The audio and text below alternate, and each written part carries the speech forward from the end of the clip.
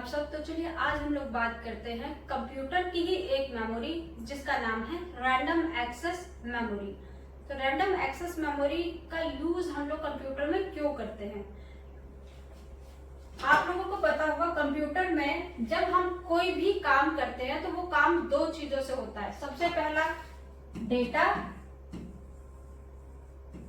And the second thing is instruction. अगर हम लोग A प्लस B भी करना चाहेंगे तो पहले डेटा जो है A और B, डेटा और प्लस जो कि है एक इंस्ट्रक्शन, इन दोनों को हमें कहीं ना कहीं सेव करना पड़ेगा ताकि इनको बाद में सीपीयू के द्वारा यूज किया जा सके। तो वो इलेक्ट्रॉनिक प्लेस जहां पे हम अपने डेटा और इंस्ट्रक्शन को सेव करके रखते हैं, नॉट परमानेंटली, क्योंकि परमानेंटली वो हमेशा सेकेंडरी स्टोरेज में सेव होते हैं। ये वॉलेटाइल होती है रैम, ये मैंने आपको पहले बताया था कि रैम हमेशा वॉलेटाइल होती है और ये जो करंट वर्किंग हमारी सीपीयू की चल रही होती है उससे रिलेटेड डेटा और इंस्ट्रक्शन को अपने अंदर होल्ड करके रखती है। तो एक electronic place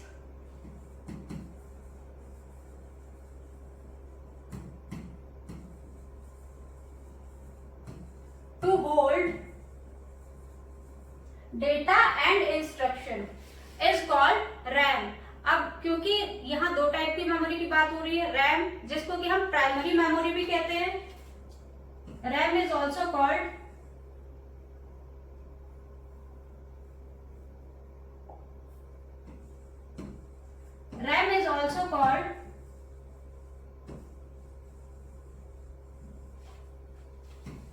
primary memory.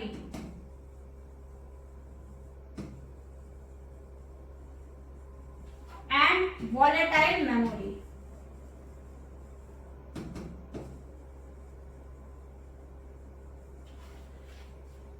And limited भी होती है, this memory is limited.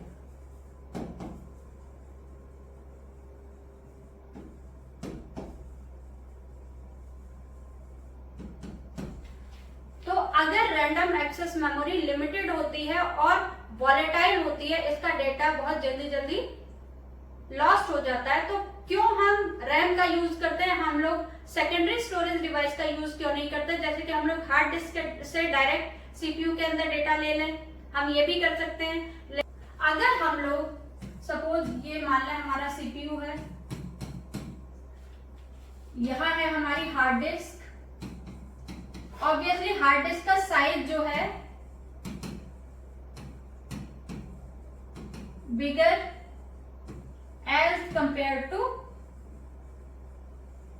RAM.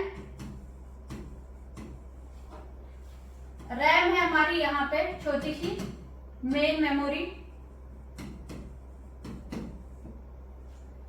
तो अगर सीपीयू को कोई भी करंट डेटा या इंस्ट्रक्शन यहां से ना लेके यहां से लेना पड़े तो इसके क्या डिसएडवांटेज हो सकते हैं? सबसे पहली चीज, परफॉर्मेंस स्लो हो जाएगी।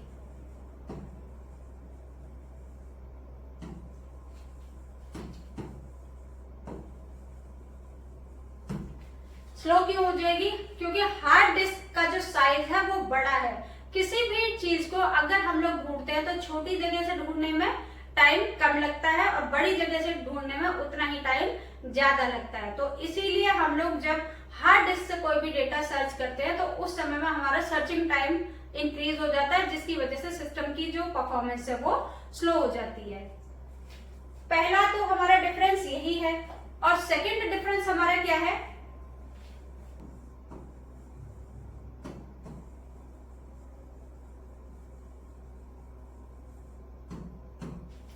Data consistency. Data will become inconsistent।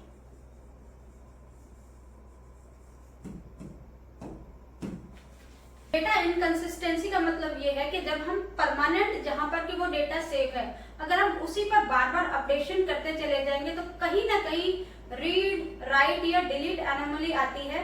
Anomalies हम बाद में डिस्कस करेंगे कि एक्चुअल में एनोमली क्या होती है, रीड करने से या राइट करने से, पहले रीड करने से या बाद में राइट करने से कोई ना कोई प्रॉब्लम ऐसी आती है जो कि परमानेंट डेटा को भी इनकंसिस्टेंस कर देती है। इसीलिए हम लोग परमानेंट डेटा में कभी भी चेंज नहीं करते हैं। नेक्स्ट हम लोग बात करते हैं मेमोरी हायरार्की की। किस तरीके से मेमोरी यूज की जाती है कंप्यूटर सिस्टम में। तो सबसे पहले हम लोग बात करते हैं सीपीयू।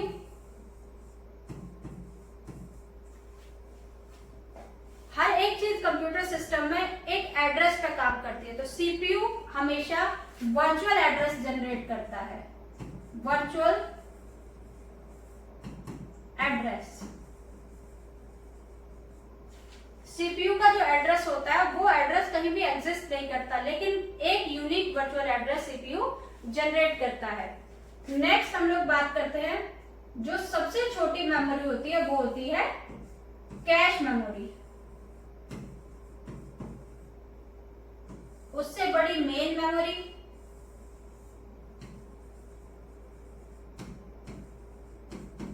जो कैश मेमोरी है ये है वर्चुअल मेमोरी, क्योंकि ये भी मेन मेमोरी का एक पार्ट होती है कैश मेमोरी। नेक्स्ट बात करते हैं हम लोग हार्ड डिस्क। नेक्स्ट हम लोग बात करते हैं हार्ड डिस्क या फिर सेकेंडरी स्टोरेज।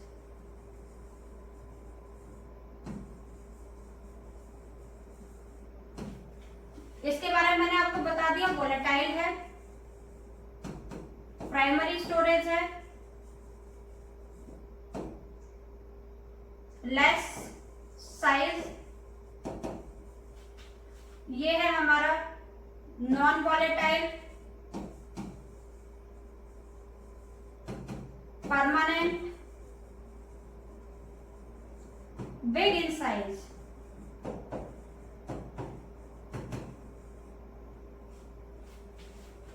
साइज के थ्रू तो आप देख ही रहे होंगे।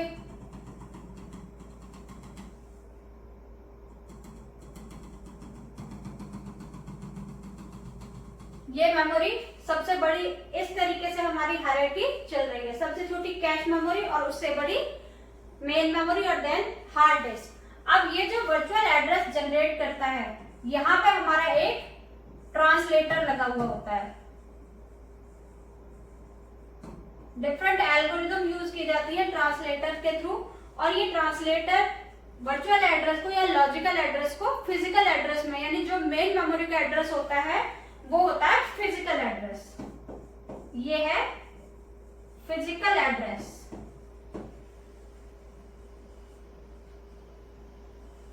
ट्रांसलेटर के थ्रू जो लॉजिकल एड्रेस है उसको फिजिकल एड्रेस में ट्रांसलेट किया जाता है, और उस एड्रेस से हम लोग डेटा और इंस्ट्रक्शन लेते हैं। यानी कंप्यूटर या सीपीयू जो जनरेट करेगा वो होगा लॉजिकल एड्रेस, जहां पर एक ट्रांसलेटर लगाया जाएगा जो कि लॉजिकल एड्रेस को फिजिकल एड्रेस में कन्वर्ट करेगा, और जहां से हम लोग फिर डेटा उठाएंगे। तो ये है हमारी मेमोरी हायरार्की। नेक्स्ट सेशन में हम लोग बात करेंगे कि रैम के ही कितने टाइप्स होते हैं। Thank you.